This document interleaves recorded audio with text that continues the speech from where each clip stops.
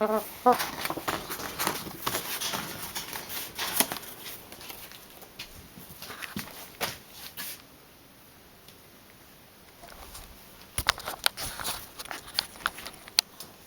how many of you out there eat chicken and eggs? I'm Charlene Lloyd, and I would like to tell you about my favorite chicken, the cochin, and why I think it's a good dual-purpose bird. First, a little bit about the history of a cochin. The original cochin came from Vietnam, and it was previously named the Shanghai or the Cochin China. According to omelet.us, the cochin chicken was first introduced into the U.S. in 1845. When Queen Victoria purchased several hens and a couple of roosters from the Chinese. This led to what was known as the cochin craze in the U.S. and Europe in the early 1850s. Cochins were first included in the American Poultry Association Standard of Perfection publications in 1874. They are a heritage breed and are on the watch list of the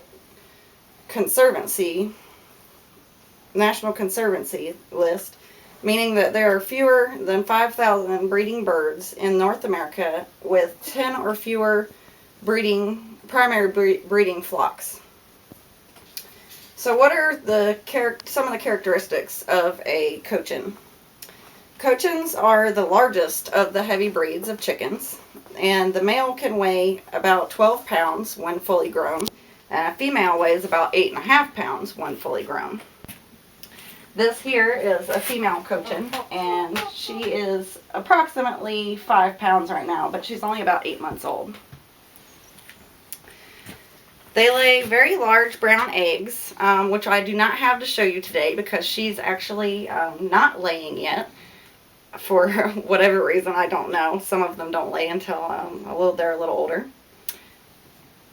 But they lay very large brown eggs, and they can lay about 150 to 180 eggs a year. When you compare this to another chicken breed that's specifically bred for egg laying, they will lay about 250 to 300 a year. However, a cochin lays most of her eggs during the winter, and other breeds usually peak their egg laying during the summer, which means that if you had two breeds of chickens, the cochin and another good egg laying breed, you would probably have more eggs continuously throughout the year. Cochins are a very calm breed. This makes them very good for brooding chicks. If you don't know what that is, that means that the chicken will actually collect eggs until she thinks she has enough, and then she will sit on them for a period of 21 to 22 days, and she will keep the eggs at a specific temperature, usually around 99 degrees, anywhere between 99 and 101 degrees. And she'll even actually pluck her feathers out of her chest if it gets too hot or humid for the eggs underneath her. And then almost like clockwork, on day 21, the chicks will hatch. However, cochins usually take about 22 days to hatch instead of 21.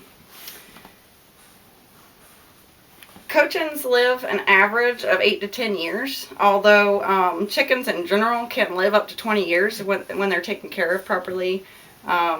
Usually a pet chicken will live longer than a farm chicken. Cochins are very heavy because of their feathers, so they can't fly very well. So it's pretty easy to keep them in just a 2 to 3 foot tall fence. And then you can even, if you wanted to take extra precautionary measures, you could throw a chicken net over top of that.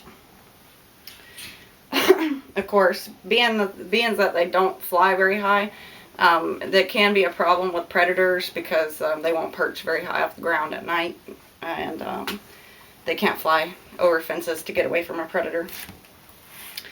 Cochins are pretty lazy chickens in general, as history has proven.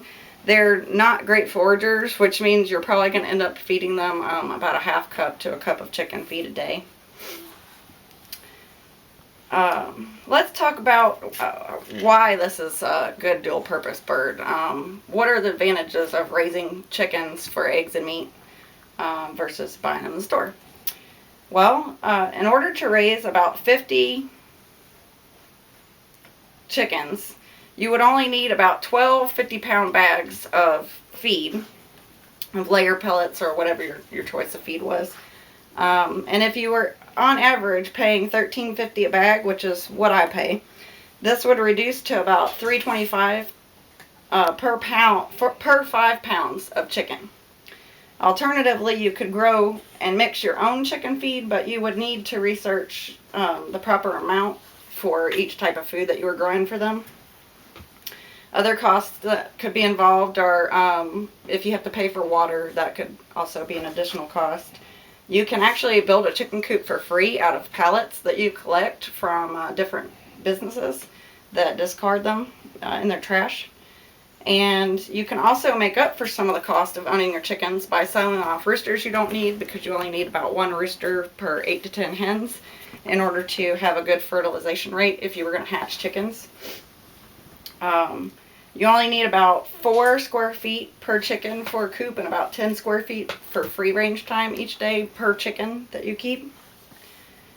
And most places will allow you to keep at least hens. Even if a rooster is not allowed, you're at least allowed to keep hens.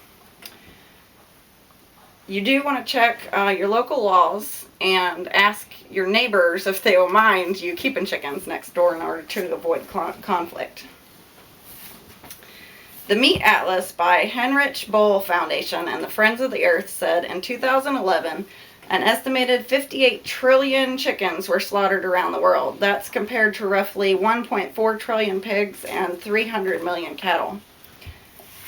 So that being said, I believe it's cheaper and healthier to know where your chicken, meat, and eggs are coming from. All it costs you is a little time and a little bit of startup costs, not very much at all.